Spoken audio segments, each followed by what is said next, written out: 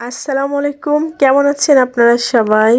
আলহামদুলিল্লাহ, আমিও ভালো আছি। আজকে আপনাদের জন্য একটা রসে ভরা সুজির পিঠা রেসিপি নিয়ে হাজির হয়েছি।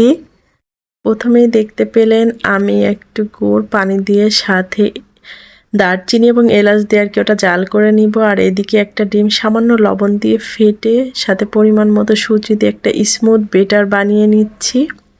মানে এটা খুব ভালো করে আর কি মেশাতে হবে যাতে একবারে স্মুথ হয়। আর বেটারটা স্মুথ হলে পিঠাগুলা কিন্তু অনেক ফ্লাপি হবে, মানে অনেক বড় বড় হবে আর কি পিঠাগুলো। আর এই পিঠাগুলা যত বেশি ফ্লাপি হবে তত সুন্দর রসে আর কি ভিজবে। এক একটা পিঠা পুরো রসগোল্লার মতো লাগবে খেতে। তো এখন আমি আর কি পিঠাগুলা বেটারটা আমার পুরো স্মুথ বা সুন্দর একটা কনসিস্টেন্সি হয়ে গেছে। এখন আমি সামান্য কড়াইয়ে তেল দিয়ে পিঠাগুলো আর কি ভেজে নিব। কড়াইয়ে তেল দিয়ে আর কি তেলটা যখন একটু হালকা বুদবুদ তোলা শুরু করছে তখন আমি পিঠাটা আর কি এভাবে আর কি দিয়ে দেখে নিব যে তেলটা ঠিকঠাক মতো আছে কিনা।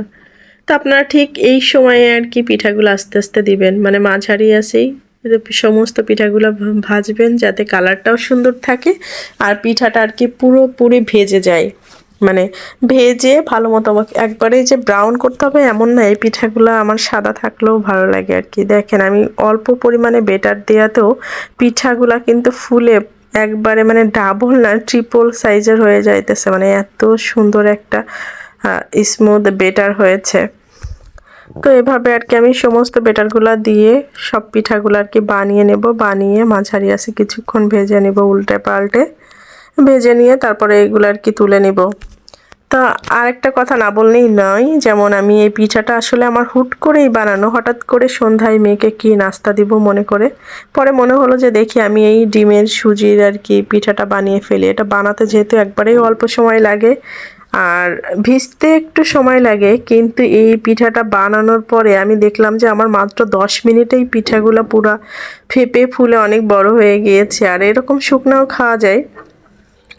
তো আমি এটাতে কোনো চিনি দিইনি, জাস্ট লবণ আর ডিমটা ভালো করে ফেটে নিয়ে তারপরে বেটারটা বানিয়েছি।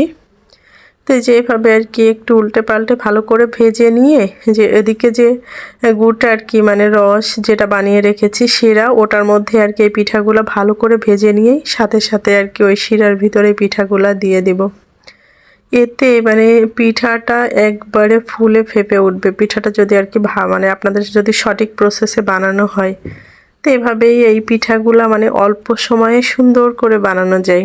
তো আমার পিঠাগুলা হয়ে গেছে, এখন আমি এগুলাও মানে তুলে নিয়ে তেল ছড়িয়ে তুলে নিয়ে শিরার মধ্যে দিয়ে দিব। তো দেখুন পিঠাগুলা দেখতে কত মানে সুন্দর আর নাইস একটা কালার এসেছে। যে রসের ভিতর দেওয়ার পরে মানে কি 10 মিনিট পরেই দেখি পিঠাগুলো অনেক ফুলে উঠছে, পুরো এক একটা পিঠা রসগোল্লা। ভিডিওতে দেখতেই পাচ্ছেন কত মজাদার কত টেস্টি হয়েছে। আর আমাদের ওখানে কিন্তু এটার ভিতর দুধ দিয়ে সুন্দর একটা পিঠা বানায়, তো আমি আজকে আর কি দুধটা স্কিপ করেছি, ভাবলাম যে রস দিয়েই করে দেখি কেমন হয় খেতে। পুরো মনে হচ্ছে রসগোল্লা খাচ্ছি পিঠাগুলো। আপনারা যারা এই পিঠাগুলো এখনো খেয়ে থাকেননি বা যারা পছন্দ করেন ডিমের যে কোনো পিঠা, তারা এই পিঠাটা বানাতে পারেন, জাস্ট অসাধারণ খেতে কিন্তু খুবই মজা। তো যদি আমার এই রেসিপিটা আপনাদের পছন্দ হয় তাহলে অবশ্যই ভিডিওতে একটা লাইক কমেন্ট করে যাবেন। আর যারা যারা খেয়েছেন তারাও জানাবেন, কোনো ভুল ত্রুটি থাকলে অবশ্যই বলবেন। আর বেশি বেশি করে ভিডিওতে লাইক কমেন্ট এবং শেয়ার করবেন। আপনাদের সবাইকে অসংখ্য ধন্যবাদ। সবাই ভালো থাকবেন, সুস্থ থাকবেন। আল্লাহ হাফেজ।